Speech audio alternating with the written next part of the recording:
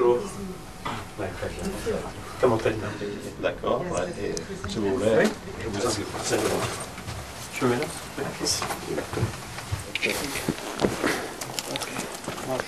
Et on fait l'interview. Je vous en prie. Merci. D'accord.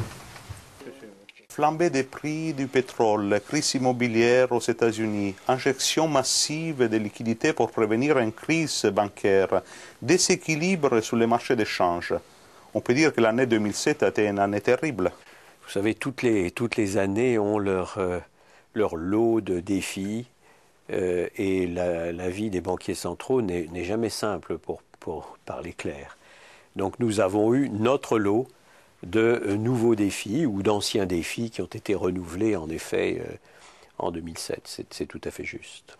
Mais 2008 non plus semble-t-il être une année favorable pour les perspectives économiques dans la zone euro. C'est vrai, les incertitudes sont grandes et en ce qui concerne la conjoncture économique, le sentiment du Conseil des gouverneurs de la Banque centrale européenne est que les risques sont du côté d'une moindre croissance que le scénario de base autour de 2%.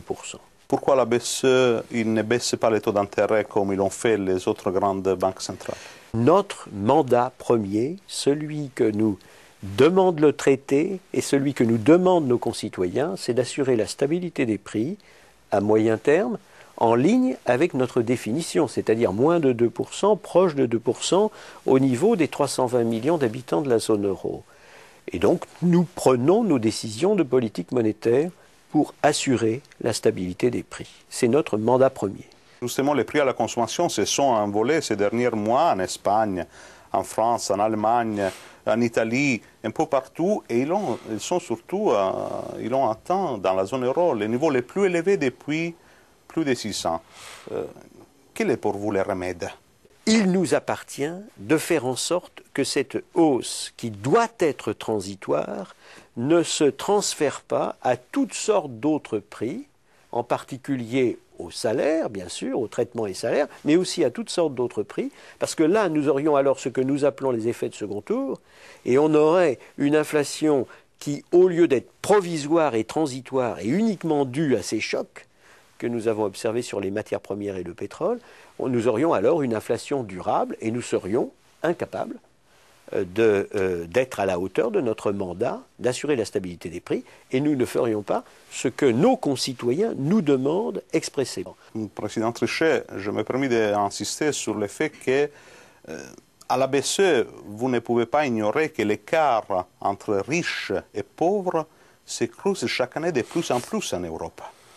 Qui souffre le plus de l'inflation? Qui souffre le plus de la hausse des prix? Ce sont les pauvres. Ce ne sont pas les riches. Les riches savent se protéger contre l'inflation. Donc ce sont les pauvres. Donc quand nous préservons la stabilité des prix, quand nous luttons contre l'inflation, nous faisons ce qui est le plus important pour les plus défavorisés d'entre nous, pour les plus pauvres d'entre nous, pour les plus vulnérables d'entre nous. Le 1er janvier, l'euro va célébrer son 9e anniversaire. Les cours, en attendant, avoisinent presque $1,50. Ce n'est pas assez, à votre avis? Il y a une méthodologie en Europe et une méthodologie dans le monde pour parler des questions de change quand on est responsable. Et quand on est gouverneur de banque centrale ou président de banque centrale, on est par définition responsable. Et donc, la méthodologie au niveau mondial, ce sont les rencontres du G7, du groupe des 7.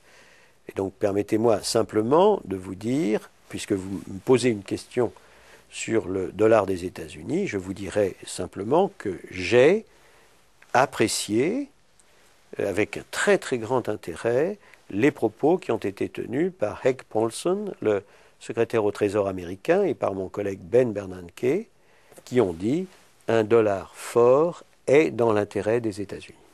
Vous avez dit que vous avez agi justement en créant notamment les conditions favorables pour baisser le chômage dans la zone euro, et évidemment, statistiquement, c'est vrai, mais nous avons aussi le problème que les jeunes peinent de plus en plus à entrer sur le marché du travail. Nous avons créé, depuis la création de l'euro, en Europe, de la zone euro, 15 millions d'emplois, presque 15 millions d'emplois, 14 millions,8. La recette pour ne pas avoir de chômage de masse, et c'est vrai pour le chômage des jeunes aussi bien que pour le chômage de toutes les autres catégories d'âge, la recette c'est que le marché du travail soit très souple aux yeux des entreprises. Et vous laissez entendre, bien sûr, que c'est au gouvernement aussi de faire leur part. Mais chaque mois, vous rencontrez les ministres des Finances, de l'économie de l'Eurogroupe. Vous ne pensez pas que la politique monétaire faite par les grandes banques centrales a perdu grande part de son influence sur les politiques économiques nationales? Je ne me prononce pas sur le point de savoir si nous sommes influents ou pas sur les responsabilités qui doivent être assumées par les gouvernements et par les parlements. Ce qui est clair, c'est que notre message est permanent. Soyez sages sur le plan budgétaire. Nous avons le pacte de stabilité et de croissance, il est très très clair. Et c'est la loi européenne, et certainement évidemment la loi dans la zone euro.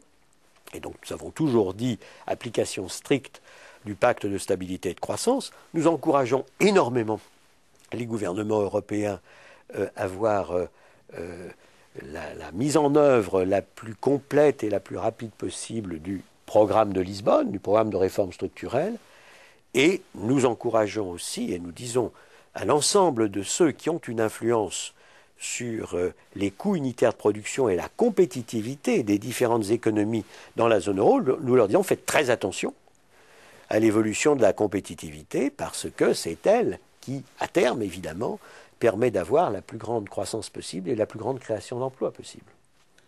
Merci, Président. Merci beaucoup.